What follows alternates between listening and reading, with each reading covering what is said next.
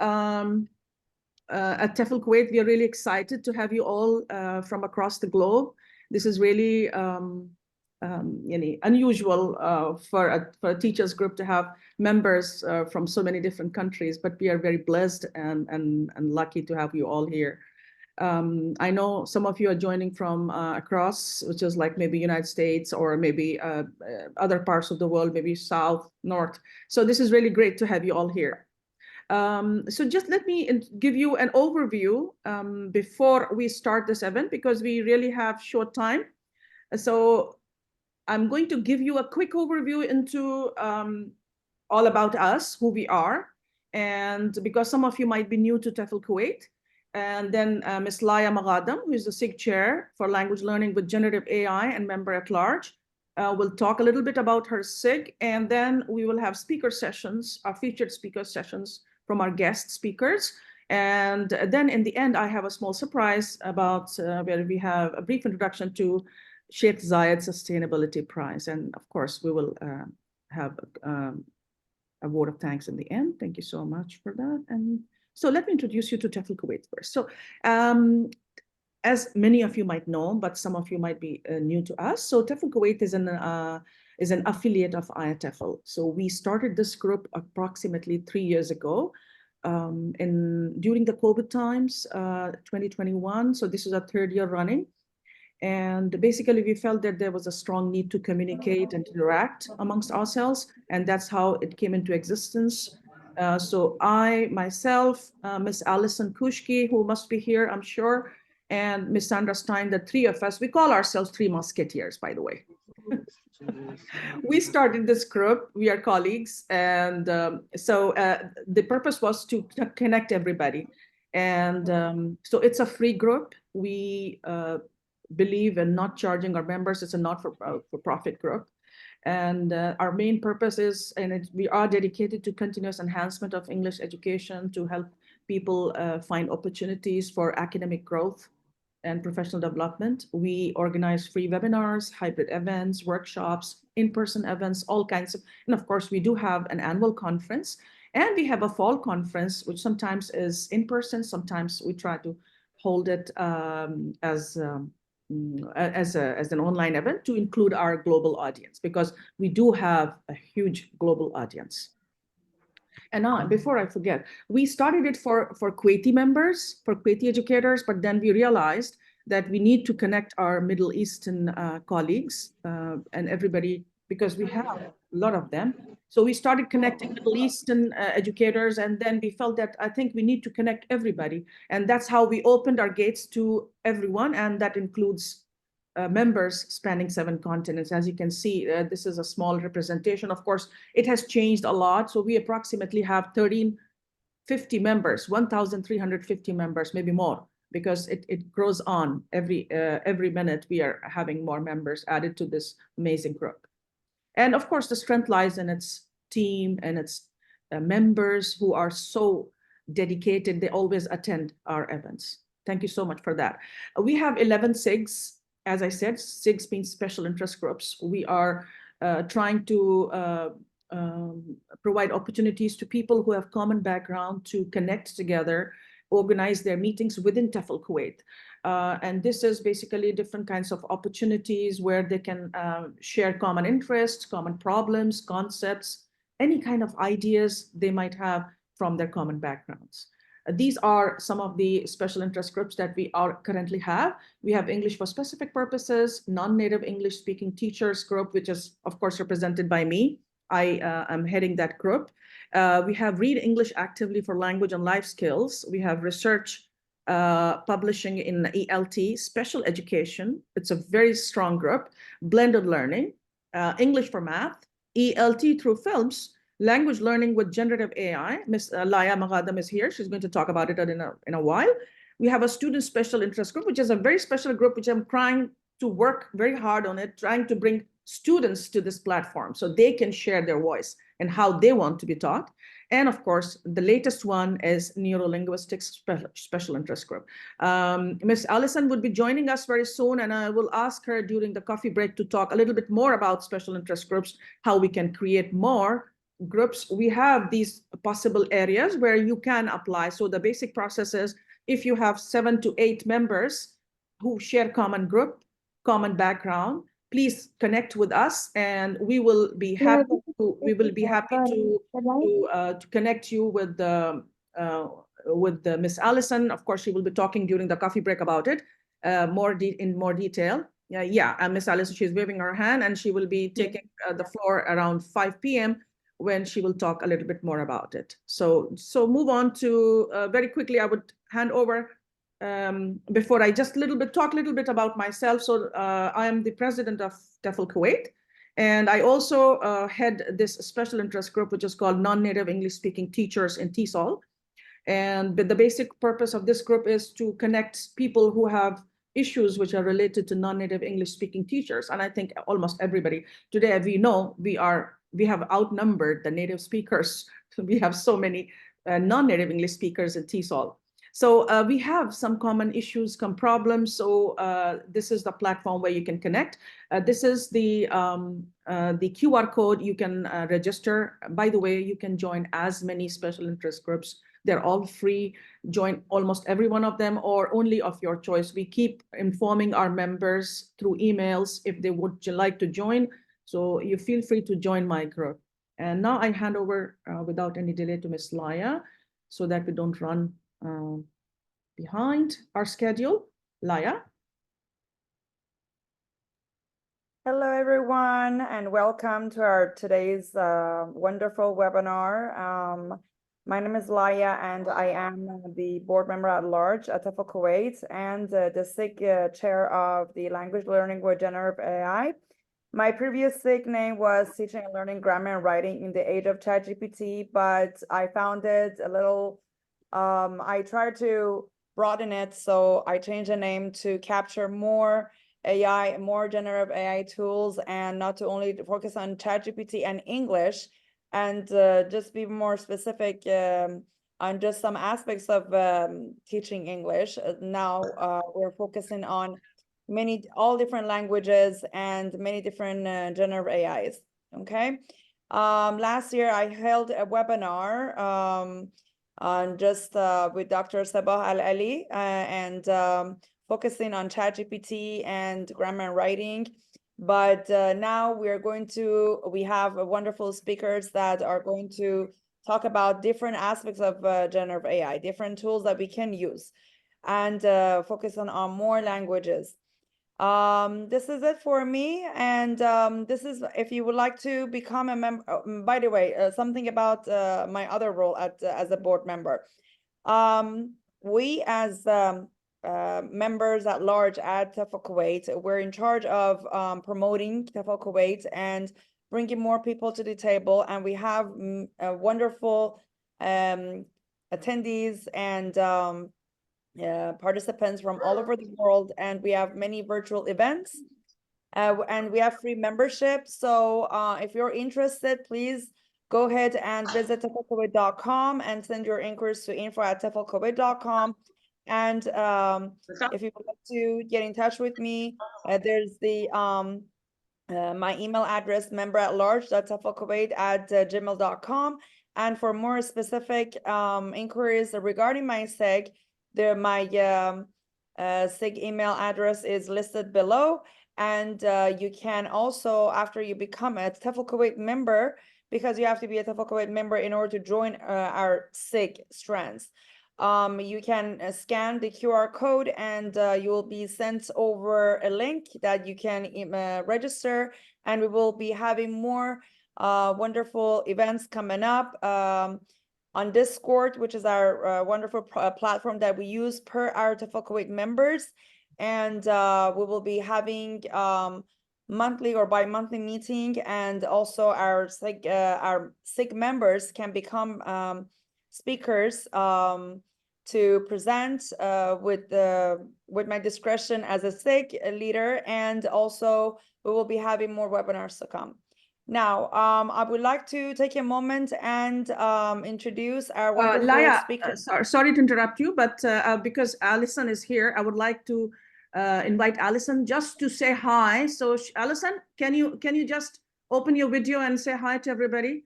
Miss Alison Kushki is the president-elect. Before we proceed on, Alison, can you hear us? Yes, I can. Can you hear me? Yes, we can. So just say hi, and so that we great. proceed on to Anna.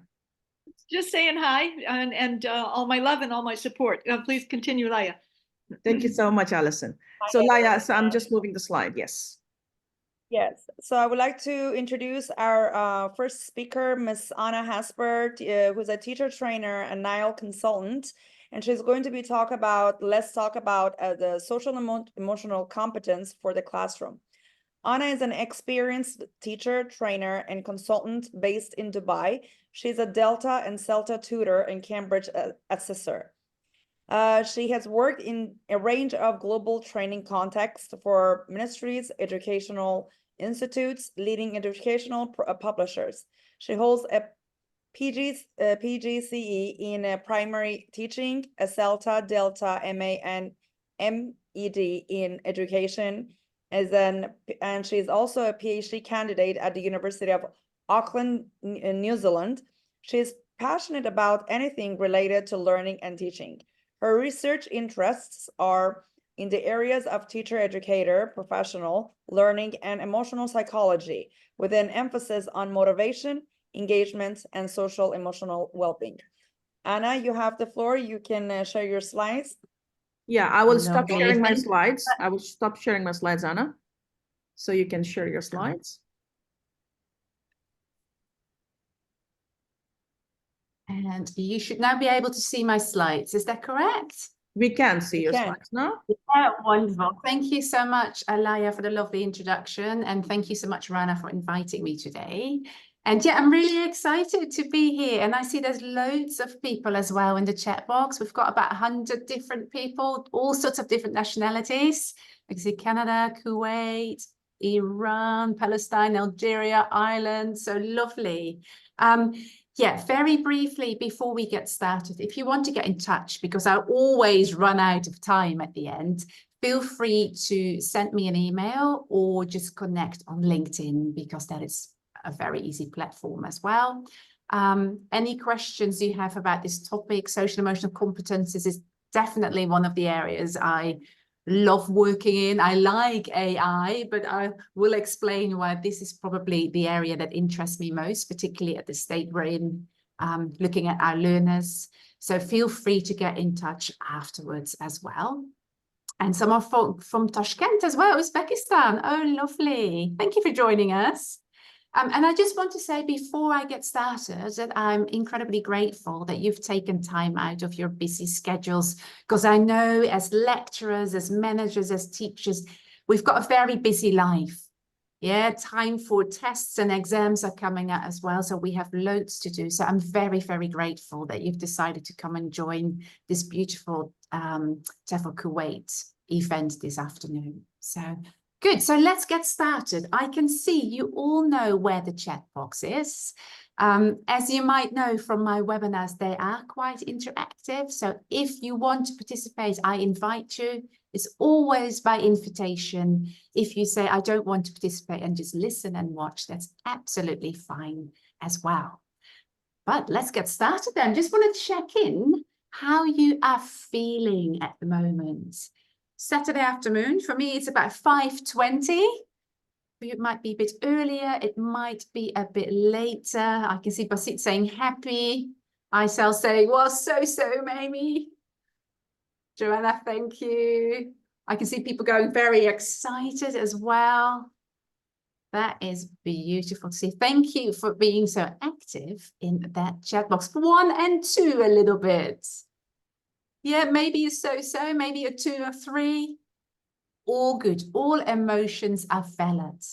Yeah, it's just very important for us to find out in our classroom how our learners feel. And even if you work in a large group as a lecturer, I think reading that body language can tell us quite a lot as well. Reem, thank you for sharing that. Good.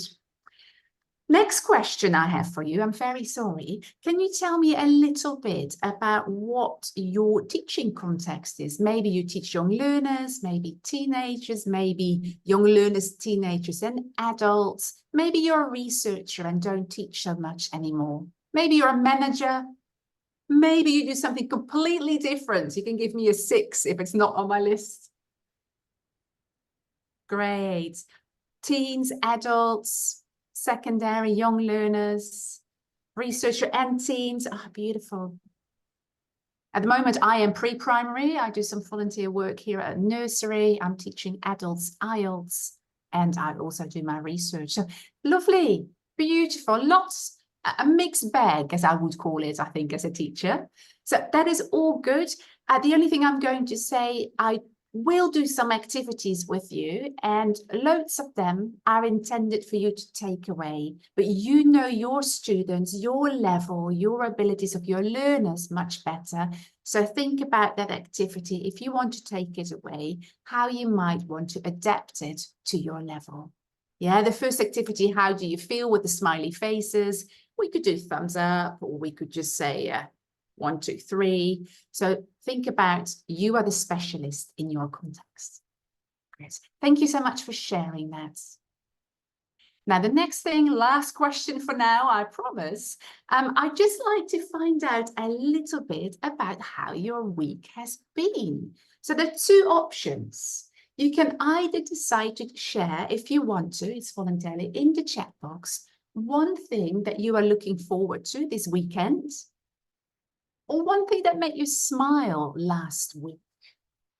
Don't worry about spelling. It could be really, really short in the chat box. You don't have to answer both. But one thing, meeting a friend in Glasgow, that sounds very interesting and very energizing as well, I know. To end your research, Nada, that's going to be this weekend then. Final exams. Good. You get it with friends, Miriam. That is, I like how you say that made me smile. Looking forward to the holidays. How does that make you feel? Having fun with your niece, Rim? Visiting Istria? A concert? Lovely.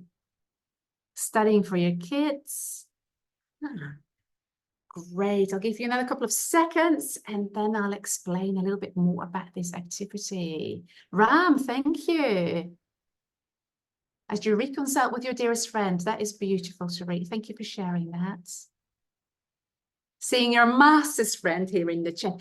Good. Now, interesting that a lot of you said it made me smile, it made me happy. When you ask a question like this in a face-to-face classroom, it's actually very powerful to experience as a teacher, because you can see, once people start talking about something they enjoy, something they are looking forward to, that often their faces change. We start to smile, we start to sit up, we move our bodies. The energy in our body really, really changes. And believe it or not, if you just smile, you know, you pull up your cheeks and the side of your lips, then something happens in your body. It releases sort of happy chemicals, and that really impacts your brain. So if I feel that my students are maybe a little bit down because we have a lot of exam practice this week and they're quite stressed and busy, as some of us are as well, you can ask them a very simple question like this, and it actually changes something in your body and in your brain. And you might wonder, why is this important? You could ask them the same question again, how are you feeling now? And you will often get the students say, much more relaxed, much more open. Because there is something happening in our body. So simple activities, I call it a mindful check-in. I plan that for most of my sessions online. I think it's even more important than face-to-face, because we don't always see the body language, because our students might have their cameras off, right? It's very planned. I also think about purposely, what questions can I ask that my students actually can answer? Because they're practicing their English. I'm not going to ask a question they don't have the ability to succeed in, because that would be highly frustrating. So it's an opportunity for me to check, of course, what language they are using, but it's also an opportunity for me to check in how they are feeling. So why are they so useful? I think when you have something simple ready on the board or in your chat box or on a slide, it helps your students get engaged at the start of the class. Working with young learners, it is very much something like, oh, it's English time. The teacher does this every time. It becomes a routine. They know what is going to be next. So a clear signal for them that it's English learning time. Another reason I like doing this is because students get the chance to speak together. It's not only important for them to use that English, which of course is our job, but it also provides an opportunity for them to actually feel connected as human beings, talk a little bit about life, the other things we do besides studying or teaching. When students get to know each other, they will be much more inclined to support each other, to make sure that everybody feels they're part of that group. So it can also create the opportunities for individuals to help create that sense of belonging in the classroom and make everyone feel included. Overall, I think a summary sentence, it creates a welcoming environment, which is very important. There are two more things though. I think for me as an educator or teacher, it helps me scan the emotional state of my students. What is going on?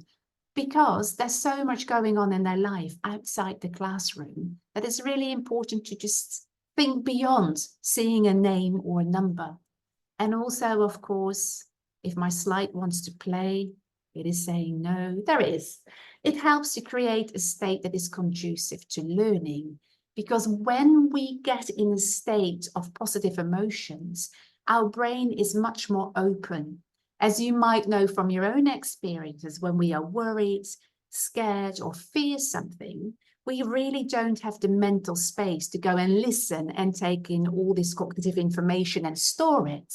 We are more worried. Our brain is in a survival state, and we might not really be able to attend to what a lecturer or teacher is telling us.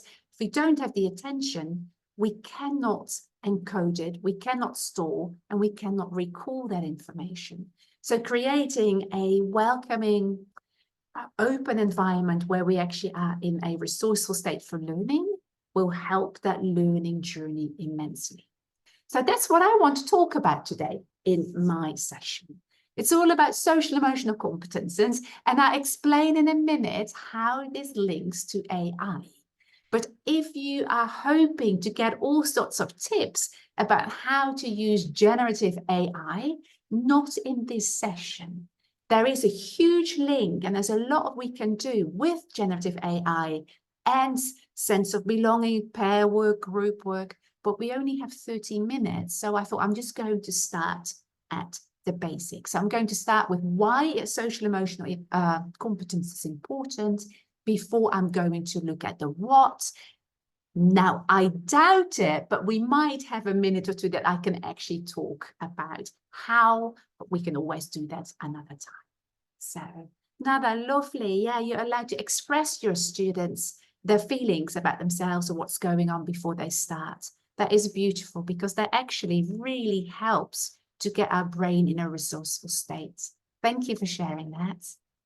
Good. So, for some of us, this might be a new area of research. It is actually not that new. It started in the 1990s. You might know the book Emotional Intelligence, Social Intelligence from Daniel Goldman. And in the States, it's been an area that has been out in secondary and primary schools for a lot longer already. But let me just figure out, how would you rate your own knowledge of social emotional competences? In the chat box, any number.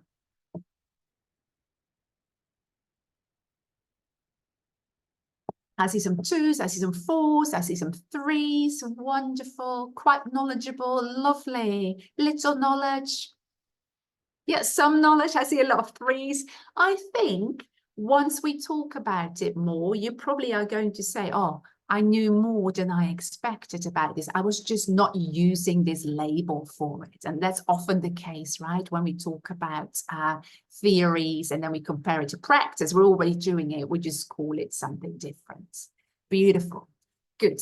That is lovely to hear. So there might be some things that you think I already know that. Bear with us. Have a cup of tea, do whatever you want to do. But there might be things in there as well that you think this is interesting for me, and take note of what you feel is useful for you. But I'm very happy to see a lot of you saying quite knowledgeable, because often when I start talking about this topic, I get this look, not only from language teachers, because I'm a trained primary school teacher, and I think with primary schools, it might be a little bit, we have a little bit more understanding why emotions and social intelligence is important. But I get a lot of people, particularly working in higher education, going, yeah, but I teach adults. Why should I listen to you? And I'm an English teacher. I'm not a social worker. I'm not a psychologist. Totally agree. But we are not just teaching English, right? We are teaching people. And I think this has always been my little gripe with some people I meet in my industry. They are very much English teachers. Yes, you teach a language, but who are you teaching it to? People. So for me, that human aspect has always been very important in the classroom. And no, you're not a social worker. And then also people say, but like I've got enough time to do any of this in my classroom. Now, hopefully I've got a little bit of time to show you how I have started integrating this with my adults and teenagers, because in primary there is often more space in our curriculum. And even when I teach IELTS, and they're all university students who are trying to come to Canada to continue their medical degree there, we are still looking at these aspects because a lot of different reasons, but I'm not going to give you those reasons.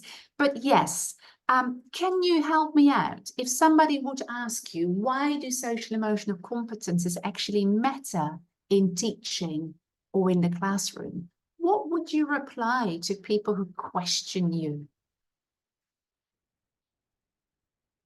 Sorry, if you hear something in the back, it's my cat who's meowing because his dinner time is approaching.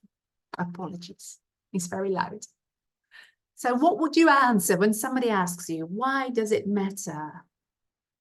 Yeah, Nadia, indeed, it's that rapport, right? That the relationship, again, that psychological safety in our classroom where students feel safe enough to speak up, because that's what we want. They need to use that language with and in front of others sometimes.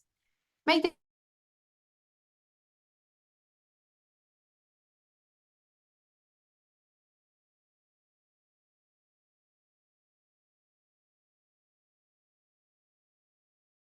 that sense of belonging, we're in this together, which is one of the beautiful side effects of COVID. We really felt as an industry, I think as teachers and as students, we are in this together and we get through this together. That was a bit of a silver lining, I think. Yes, to understand how students are challenged, maybe. They were human, indeed, they are not robots.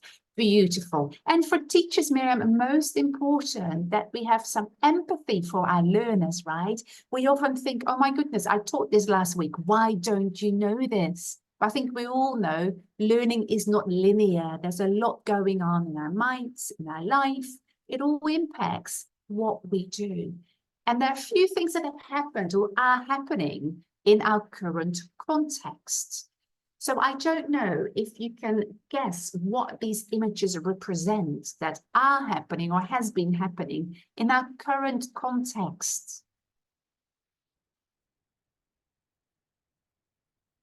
To improve students' performance, yes. I saw indeed that the classroom is very much a part that we want to make an authentic context as well, right? Yes, we had COVID-19 is something for a lot of students. I don't know if anyone works with primary students, but those students that grew up that time, they have very different social behaviors in the classroom. Yes, there's common concern. Well, actually, Isma, I think that is probably the label, right? So we have COVID, we have climate anxiety. I don't know if anyone teaches teenagers. They are quite worried, rightly so, about what's happening to the globe, what's happening to our worlds, right? Then we have conflict or war and other massive concern, particularly in our region here. Then we have that last picture AI now that is saying, yeah, I call it chronic use of devices, and particularly mobile devices. Yeah, so if you put it in one C, these are the 4 C's for me: COVID, climate, conflict, chronic use of devices. I think to sum it up, there's been a lot of change in the last couple of years for our students, for ourselves as well. There's a lot changing in our context. If we start to bring that to the audience, the people we teach, I think, I don't know how you felt. I felt a little bit shocked when I was looking at this data. This is from research from Wiley, conducted with 6,500 students in the US, 2024, recently published. And they said that 80% of college students said they were struggling emotionally, somewhat. 25% out of their group said they were struggling significantly. And often that is mental health related. To be more specific, they said they had anxiety in learning that could be caused by many factors, but it really manifested themselves in the classroom. And 58% of those students were struggling with a burnout. College students now. So these are 17 to 24-year-old students at universities in the States, 6,500 students. So quite a large study, yeah? If you type in Wiley Mental Health Research Report 2024, you will get the stats. And that really shocked me. So it's not just change in the environment, it's also change in our students. I don't know if you agree, but I think we have gone through a lot. So our students have also got a lot more baggage that they bring to the classroom. And as educators, we need to be aware of that. And then, of course, we have something else very exciting happening that Laia was talking about before as well. We have a huge educational change, and I call it the fourth revolution in education, because I don't think we had a lot. We had printing press, then we had the blackboard, then we had mobile or remote teaching, and I think you can guess what my fourth revolution in education was, right? We're all learning about it. Yes, Maria, thank you. It's really the use of AI, generative AI, in teaching, but also in learning. There's a lot of change happening there, which is beautiful. And I'm absolutely interested in this area. I think we can use it to our advantages if we wisely use it. But I do sometimes worry that some of my, let's say, younger teachers are very much focused only on the AI aspect, but there is something that we should not forget. And I'm just going to show you a beautiful quote I saw at the TEFL a couple of weeks ago.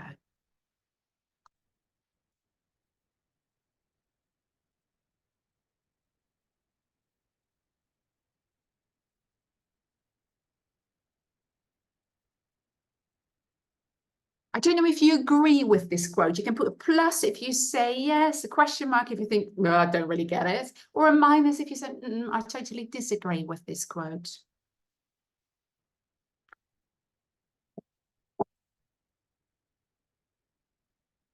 I see someone with loads of pluses. Some people disagree, absolutely fine too. There are fabulous uses of AI.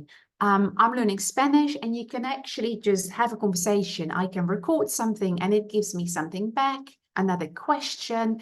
But as I think Nadia said before in the chat box, that empathy is not there, yeah, because we are talking to a computer. The other thing that I really notice when I'm working, for example, with teenagers, let's say my nieces, they're 16 and 14, when they talk to me, they actually look quite comfortably like this. I say, I don't want to see your forehead. I like to see your eyes when you talk to me. When we're on the beach together, because they come and visit me in Dubai, they're sending each other messages. We're literally sitting next to each other. So there is something they're not completely comfortable with. Now, one of my nieces has to go and stand up in front of people and give a presentation. She is petrified. So that humanizing side, that human touch, Dana, as you call it, that is something we maybe need to focus on a little bit more when we're starting to integrate more AI in the classroom, because the computer cannot teach. When do you smile? How do you turn take? What is the approximate distance to a person when you're in a different culture? Now, all these small things, how do we show empathy? How do we express that? That is very human and cultural specific. So, good. So then the other reason, going and bringing this back to language teaching, I think you're all familiar with that, like the zone of proximal development, right? From Vygotsky. If not, I'll show you quickly, and I'm pretty sure you know how it works. So as A is what a student can already do. We want to get them to B, but they can't do that yet, even with our support. So we're somewhere in that middle where we, knowledgeable, other scaffold the learners. That could be a buddy, that could be you as a teacher, and we're trying to enable them by scaffolding to develop those skills and that mastery. So we push them up to B, and then we start the whole process again. Now, this is often how the zone of proximal development is represented. But I don't know if it's always this, I don't know, blank, neutral. I actually think it looks more like this. Yeah, some of my students, if I'm scaffolding them, they get really irritated with themselves because, teacher, why can I not do it? Sometimes they are okay, but they ask me 25 times the same question. I get a little bit iffy and annoyed. So I think we cannot speak about the zone of proximal development without including emotions in this conversation. Because there is always this, sometimes things go as we expect, other times things don't go as they expect. And of course, Nada, it is not like black and white. It's all like a sort of a cogs, right? They sort of, learning is not linear. It's not to be put in that circle as such. So up and down, a bit more spiky. Open sides might be a nicer presentation. Way. Yeah, thank you. So I think there's always a lot of emotions. Why is this important for us teachers? Because we have our students, but also for us, everything we do in the classroom, everything I say, everything I don't say, I send a message. And I might not always intend to send a certain message, but your students feel it, your students see it. There is this energy in the classroom, right? And even though I might not sound irritated, my body language might be like a huff. And what happens? My students, of course, see this. They are learning, but they're also watching how I respond. And what does that do to them? You can probably see and get the answer from the picture. They react. Or if they are able to sort of contain their own emotions, they respond. So becoming more aware of what's going on socially and emotionally in the classroom and being very self-aware as teachers, I think we can maybe be more emotionally managed in how we deal with others. Yeah, so be aware of, this is how I come across. This is why observations actually are also a very good tool for this. Because indeed, Rasan, students sort of observe our feeling. It's called emotional contagion. Yeah, so we sort of copy what happens there. We adapt often to that energy we feel, and this is how we respond. So it could go from a student shouting to you in the end roaring in your classroom. So for us teachers, it's very important that we are aware of all this, yeah, our own emotions, because we might have a situation that leads to feelings, that lead to thoughts, and those thoughts trigger something that we have in our brain, a script, which is often there from past experiences. So for example, if someone talks over me, I might get really annoyed and I start to think, oh, they really don't care about what I'm doing. Yeah. And that thought, they don't care about what I'm doing, that really is when someone talks over me, they disrespect me, because maybe that is what happened when you were at home with your brother, your sister, or your parents, and they just talked over you because you were the youngest, in my case, and everyone ignored me. And that script leads to some sort of reaction, which I call firework. Yeah, so I might respond in a way that I don't really want to, but it happens. And once you start to develop as a teacher your own social emotional skills, we can actually question, okay, so do they really not care about my input, or could they be talking together over me because maybe my instructions weren't clear? Maybe there's a problem. Maybe I can ask them what's happening. How can I help? Yeah, so there's two sides to the social emotional competences, our students and our own competences development. Good. Now, for language teachers, of course, you want your students to work together. That social interaction actually requires the students to be able to connect to others, to know how to interact, show some empathy, turn take. Otherwise, we can't communicate. And the basis of all of that is, of course, those emotional skills. Because if you don't recognize how you come across, if you don't have the ability to manage your anger while you disagree about a problem you're solving, you're not going to get very far in collaborating and communicating in that classroom. Yeah? So while AI is an absolutely fabulous tool, we still need to be able to work with people. So for me, this is really an area that I can see is becoming more important in our classrooms. Good. So what are social emotional competences? Maybe you want to put in the chat box. Oops. You want to put in the chat box what you think social emotional competences are. 1 or 2 words. While I catch up with all your comments for a second.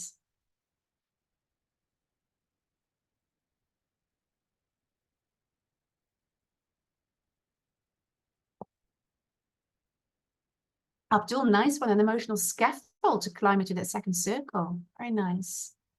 Yeah, decision-making abilities, rapport. Lovely, that care, that ability to communicate.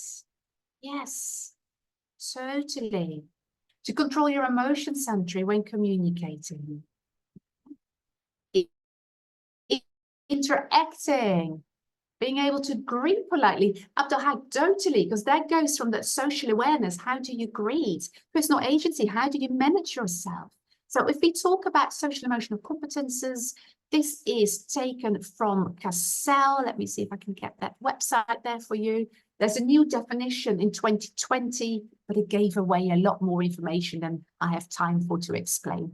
But it's all about interpersonal skills and intrapersonal skills. And our self-growth mindset is part of that self-management indeed. Yeah, so if you want to get a bit more of an idea how this is broken down, it's broken down into these competences. Self-awareness, yeah, developing a healthy identity. How do I feel? What's going on? Why am I responding like this? Self-management. How can I calm myself down? How can I disagree with someone in a nice way without losing it? Particularly when you teach primary, a very important area. Yeah. Social awareness. How can we get that pro-social behavior happening?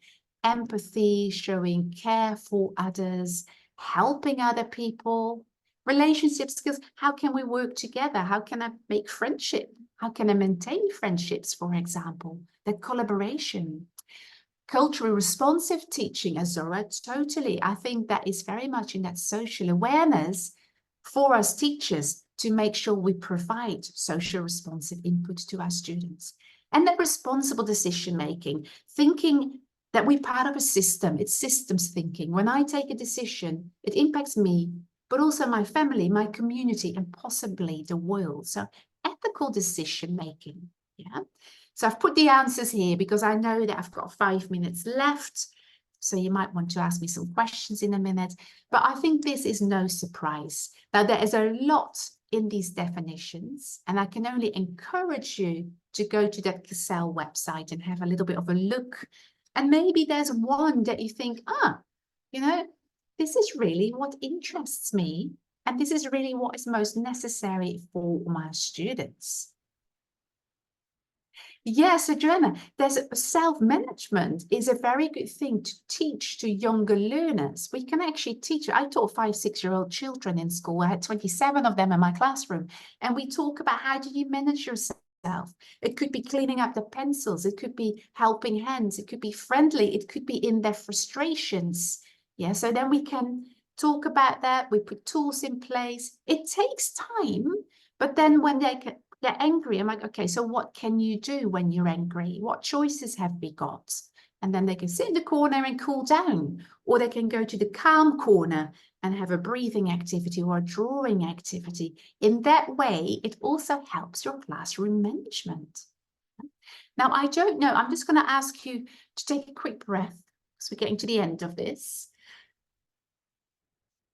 And I think this is also something that helps to calm your students. Yeah, they breathe in for 4 counts and they breathe out for 4 counts. And they can drag their finger and breathe in. And they can go up and breathe out. And you don't need a breathing square. You can have any shape in the classroom. It might be a pencil case. It might be a tube of glue. In, out, in, out. It could be a shape. They have a cup. They just go in, out, in, out. What it does, it breaks this reaction in the brain between something happens and I'm going to react.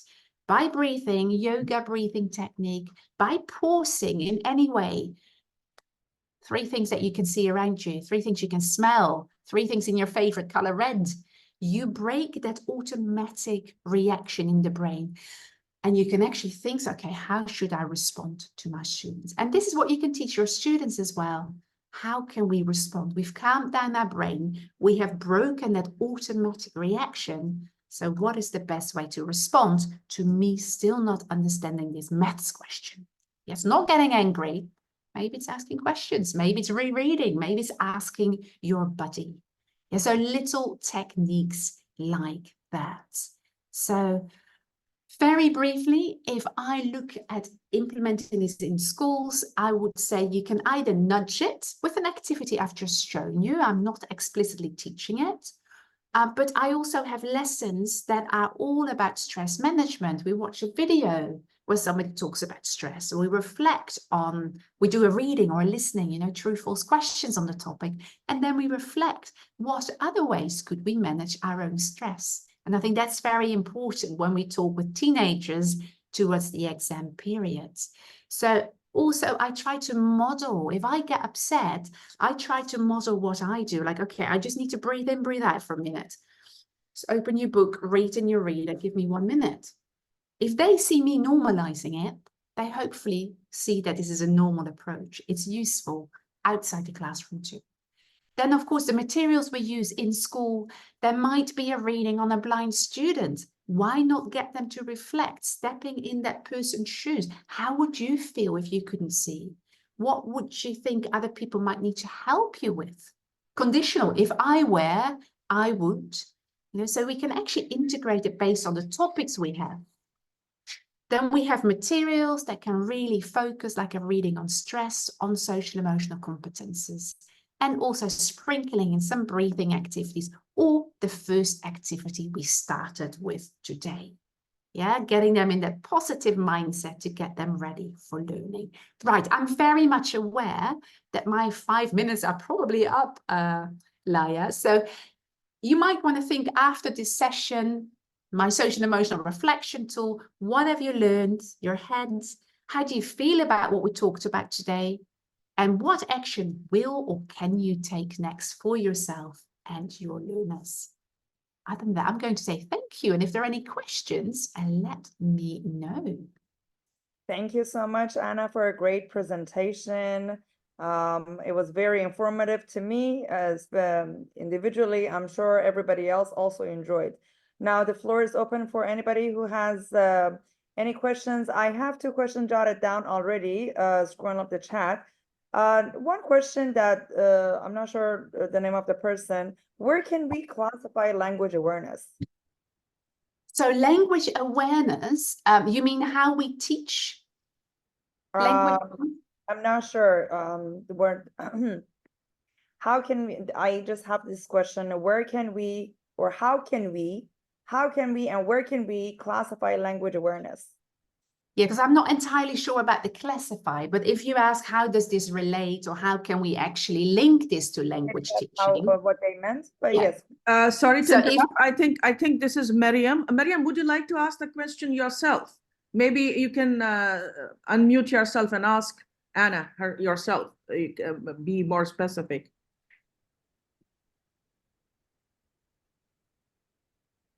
It was not me, the one that asked the question. Oh, it's Mariel. Okay, Mariel, go ahead.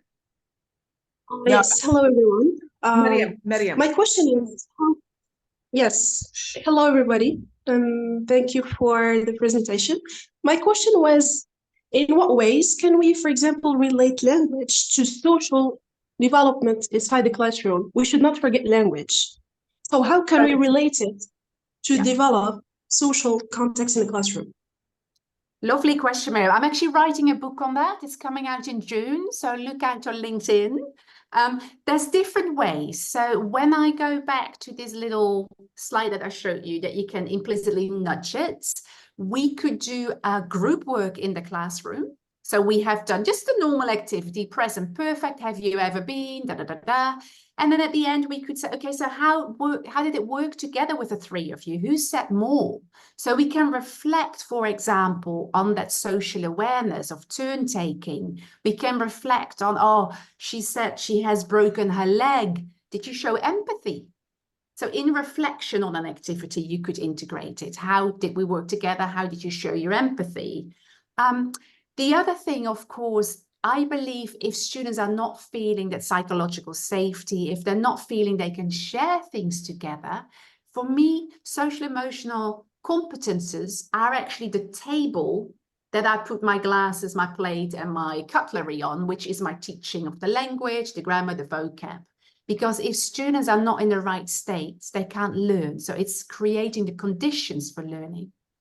Now, the last way we can look at it is that you can pull that language out of a topic. So a reading I did recently with my IELTS students on stress management before we go to the exam. It was useful because it's exam awareness.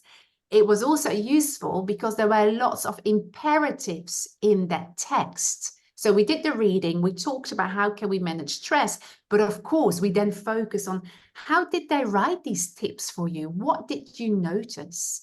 So really zooming in and using the context of social and emotional learning as a vehicle for language learning. And there will be much more in that book, but I hope that gives you a little bit of an idea, Miriam, because I agree, we are language teachers, totally, but we do need to think about the humans we work with, right? So I hope that answers your question. I have another question, which came for second. How to deal with people communication? How to deal with? People communication. If I had the answer to that, there's a really broad question, right? Yeah, exactly. I think with communication, we need to probably be a bit more specific. I mean, young learners, adults, setting rules and expectations, I think is really, really important. Particularly if you work with students from different cultures, what is the expectation? In Japan, where I taught for a while, students always wait a very long time before they answer. Wonderful. It's like this, 7 seconds, right? And we in New Zealand, we just butt in because we think, oh, you have nothing to say, I'll take the gap.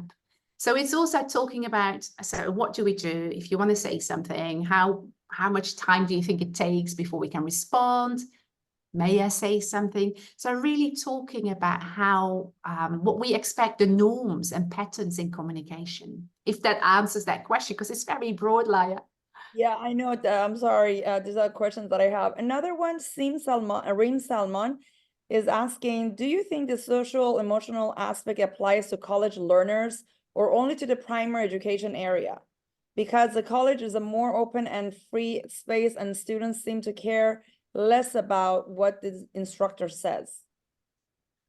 Very interesting. You know, social emotional competences, people always think these are for children.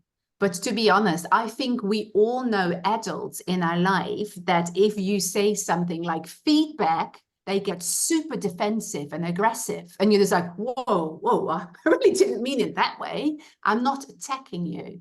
So some people have limited self-awareness, ask some people to reflect. They can only say what they did well, or the other side, they're perfectionists. They can only say it was really bad. So these skills we develop when we are younger in our community, often with our parents or caretakers, but not everybody develops these skills. If I look at my own context, my childhood was not perfect, let's put it that way. I never saw good examples of people disagreeing. It was fighting in my family.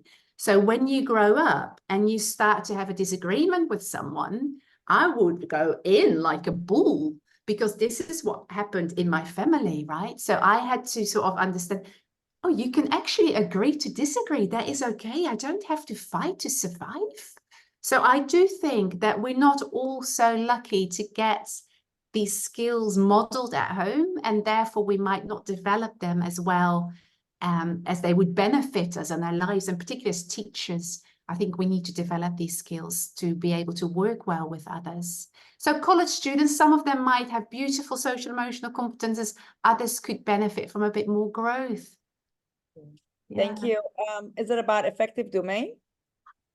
Yeah, it's all about effective domain, effective turn. I think a lot of focus in education is on that cognitive side, PISA scores and grading. And we're all familiar with Bloom's taxonomy, right? So Bloom wrote the taxonomy of learning, which is the cognitive domain, but there are two others: the motor skills, the physical, but also the affective domain. And we don't really talk about that, but that's also in his theory was a very important part. And if you cannot communicate with others, how can you use language? How can we succeed in life? Thank So, you. yeah. And Alison is asking, do you sorry feel... sorry to interrupt you. Anna, if you could just stop your screen share so we can have everybody on screen, and it will be easy for us to see who is asking questions. A lot of people might be raising their hands and we cannot see it. Yes, that's better. Yeah. Well, we're ready to take a coffee break. But if you guys, if Anna can stick around for a few more questions, that'll be wonderful. Alison, would you like to raise that question yourself? Sure. Anna, I was wondering, do you feel that sharing a song in class could affect the emotional energy? I think there's a lot of evidence in research that songs actually lift that spirit and make people happier. And that opens up your feeling of feeling more relaxed, more calm, and it moves your brain out of that threat state into that soothing state, which makes you more receptive to learning again. Yes, a great tool, totally. Yeah. I saw Safwan raise his hand a couple of times. Yes, I saw Safwan a few times. Yeah, Please. Safwan, yeah, could you unmute yourself and ask questions? Everybody is free to ask questions. Just raise your hand, and because this is coffee break for 15 minutes, and during this we have, this is basically we allow this so that we can interact and talk with everyone else and with the speakers. Please go ahead, Safwan. Thank you very much, Dr. Rana. Thanks, Anna, for this wonderful presentation. And thanks also go to President Alison, of course, and Laya for her efforts. Anna, I'm still a bit confused about this area. And now talking, coming from a position of being a manager of English department or more. Now, throughout the years, I found out that the emotional, the social and emotional competence all works top down or bottom up. So talking about students to teachers or teachers to students or managers to teachers or peer to peer as well, and so on. Now, I've noticed that the very well reputable teachers, when it comes to reputation and names, most of the times it's connected with their social and emotional abilities, even before their technical abilities, to be honest, in the classroom.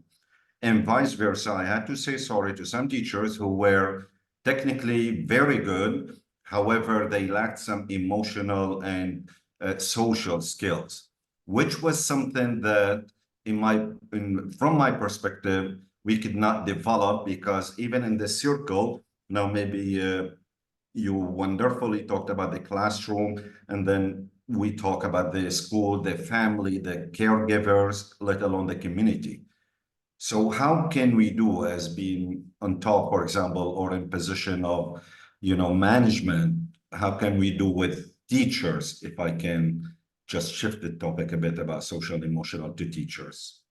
Is it something that we can develop? Can this be part of the teacher training sessions? Can this be part of the assessment? Because the assessment is all technical and things. Thank you.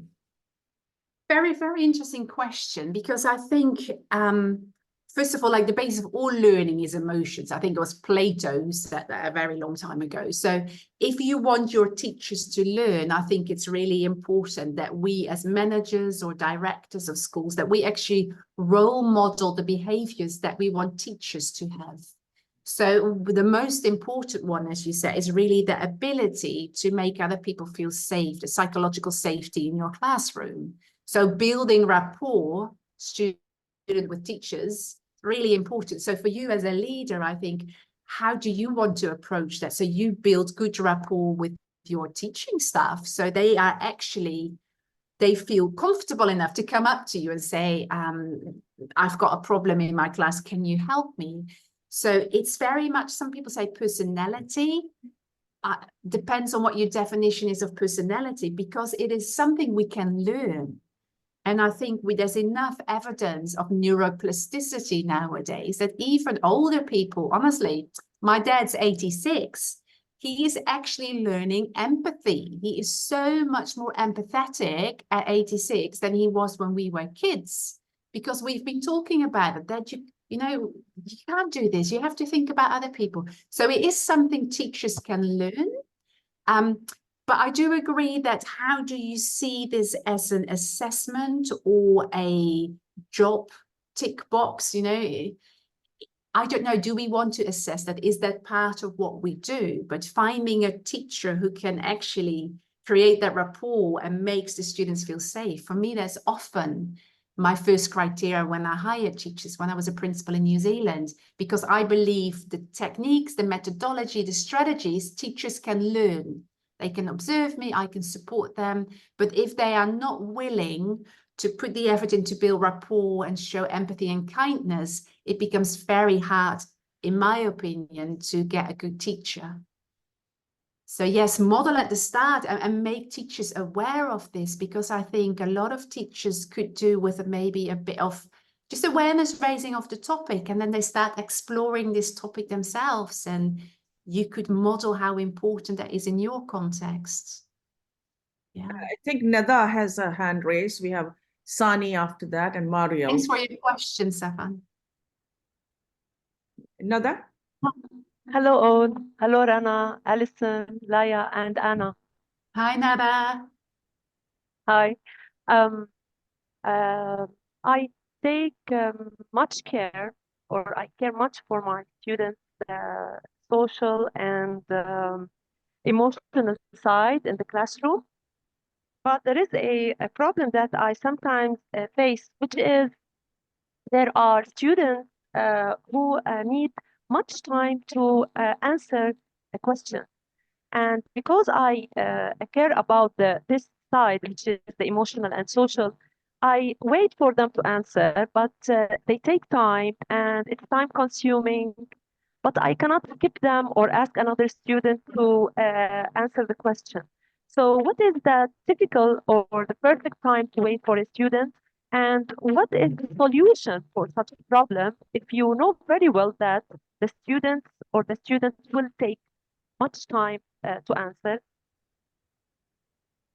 Very interesting question, Nada. Thank you for asking that. Thank you.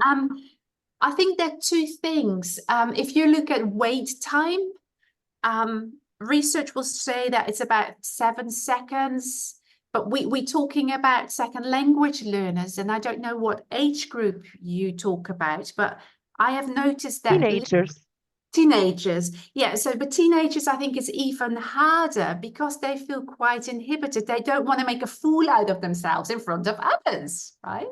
Right. So what I tend to do a lot with my teenagers is just that turn and tell or turn and talk. Yeah, so I ask that question and I get them to quickly turn to the person next to them for 30 seconds, a minute, and just share what somebody else thinks. When that is the same, they feel sort of confirmed in their thoughts. When that is not the same, they might question. I think, oh, maybe you're right. Oh, let's see. And then when you ask somebody to answer, they at least feel a little bit more confident because they had the time to either copy that answer or to check it with their buddy. So that think, pair, share technique, think and pair, turn and tell, turn and talk, before you say who wants to share. If I have a very shy student and somebody who processes a bit slower, I often walk over to my students and I say, for example, let's say, Badr, I'm going to ask you the answer in a minute. Yeah. So Badr can mentally prepare that I'm going to ask that person to give the answer. Just a little bit of pre-warning that might help as well. But we all go in different speeds, right? So I do like that you wait for them, but I can also see that that might be like silence and uncomfortable for everyone. Yeah. Maybe try that, and maybe somebody else has a good suggestion as well. Thank you. Mariel has May a hand raised. I Mariel? add something to this, if you don't mind? Because I do teach the same age group as well, and I really care about their emotional well-being as well. So what I do is I take permission from the student who's unable to answer, and I ask them if that's okay, if we can move on to another person until they collect the thoughts, and then I come back to them. That's what I usually do. I don't know if that's the right thing to do, but it makes my students feel a bit comfortable later on. Thank you, Khadija, for sharing that. And honestly, I don't think there is a right or wrong thing to do. If you have sort of made that work with your students and they know that it's totally okay to say, pass, can I have some more time? That's beautiful, right? Because they are part of that group. It is inclusive. Now, I think it's my turn, I think. My name is Maria Gomez de la Torre. I teach in North Carolina, US, and I teach all the grade levels from kindergarten to 12th grade plus parents. So I have Wow. all the ages. So one of the first things that I would like to share is relationship with parents and students. Number one. Number two, high expectations, no matter what's the level of English of your students, because I have a student that just arrived 3 weeks ago from Mexico, no English, no computers levels, and I'm a virtual teacher. What you are seeing is my classroom. I teach from home. So high expectations. So my student just arrived and just say, I cannot speak. And I could share, Rana knows me, I can share the essays. And they wrote an essay. Of course, I create questions. They have to follow the questions, and they were able to write the essay. The first thing that the student said, I cannot do it. And I say, well, I'm sorry. I show my dictionary and say, in my dictionary, the word cannot, it doesn't exist. So that was my first reaction. And I wanted to tell you one thing. Everything is possible if we teachers believe it. If we teachers don't believe it, it's not going to happen, no matter what you want to do. So I just wanted to share that. I now want to tell something personal. When I born with a problem in my brain that I couldn't speak my first language, which is Spanish. And the doctor told my mother that I would never going to speak a second language. And so far I speak 4 languages. So when somebody tells you you can't, that's why I don't believe the word I can't. Don't believe it. You believe as a teacher that everything is possible if you as a teacher believe it. So no matter what you want to do in class, believe it that is going to happen. And sometimes I hear, oh, I cannot do that because I teach grown-ups. I also taught at the university in Peru. And so whatever you do in grown-ups or little ones to grown-up, everything works if you believe it. And high expectation if they are beginners, if they are middle, or they are advanced students, because they're going to move. And I remember my student, first grader, 2 years ago, told me, Miss Mariel, I cannot write. Second grader, he told, I cannot write. Now he's writing beautifully in advance. Just tell them, move them, use STEM sentences. That is the way to go. For someone that was telling he cannot talk or she cannot talk, use STEM sentences. I put a wheel frame, which is like a wheel you put, and the students are going to be like that. No matter what, my name is coming. So that student will be thinking, my name is coming. And that student will say, no matter what, I will be called. And so that thing is going to be the student started to relax. And you can do some exercise for breathing in when you start the class, like hold your breath, 1, 2, 3, 4, 5, 6, 7, 8, 9, 10, and blow out and relaxation before starting class. And that's it. That's the only thing I wanted to share. In AI, one of the things I learned is we have to teach writing skills. You don't know how to write, you don't know how to document, that A doesn't work. It will come horrible drawings if you don't know to do it. Thank you. Sorry for taking a little longer. No, but I want to introduce Mariel. What she's doing is amazing job. I mean, you should know what she's doing. It's a very unique way of teaching that she does. She takes students around the world, and what she does is, for what I have promised her is that I will give her a small trip to Kuwait. So she takes her students around the world on trips on Zoom. Can you imagine? So she has friends like me. So I'll give her a trip of Kuwait. She has been to all over the world. So she connects us on a Zoom call, and her students are connected. And so we show the culture, the language, the people. We make real interactions. And this is amazing. Virtual traveling, I would say. Yes, exactly. So she makes them travel the world on Zoom. Isn't it amazing? I mean, it's just a unique way. I've never come across anything so unique. This is her style, and I really admire her for what she's doing. And I promised her I'll show her Kuwait with the help of my students. Of course, I have to be. They will be speaking in Kuwaiti, and then I'd be stuck. And we want to take a moment so far, here. I have done the 7 continents, including Antarctica, which was the hardest because you have to do it through your government if they arrive to Antarctica, or as a scientist, which was the hardest thing I did. I thought it was not going to happen, but I've done all North America, we did Central America, South America, most of Europe. I'm missing Africa. I've only done 4 countries. So if I have African people here that want to help me, I will put my email. I will appreciate it starting in August. I've done Australia, which was lovely, and most of Asia. And I work with my students. And one of the good things is they improve speaking and they improve writing. Speaking, they didn't want to write. So, and people are saying, I have students having problems to speak. The students are willing to ask questions, and I would love to do a presentation for everybody. So invite me and I will show you how to do it. It's very easy and the students love it. So we will do that, Mariel. You are our next guest, inshallah, very soon. And I will have to introduce, because Laya has to introduce our next speaker, because we have Thank you. And we will have more coffee break where we can again talk. So Laya, it's all yours. I'm going to share the screen for a brother. And Mariel, I wanted to just also thank you for that, and just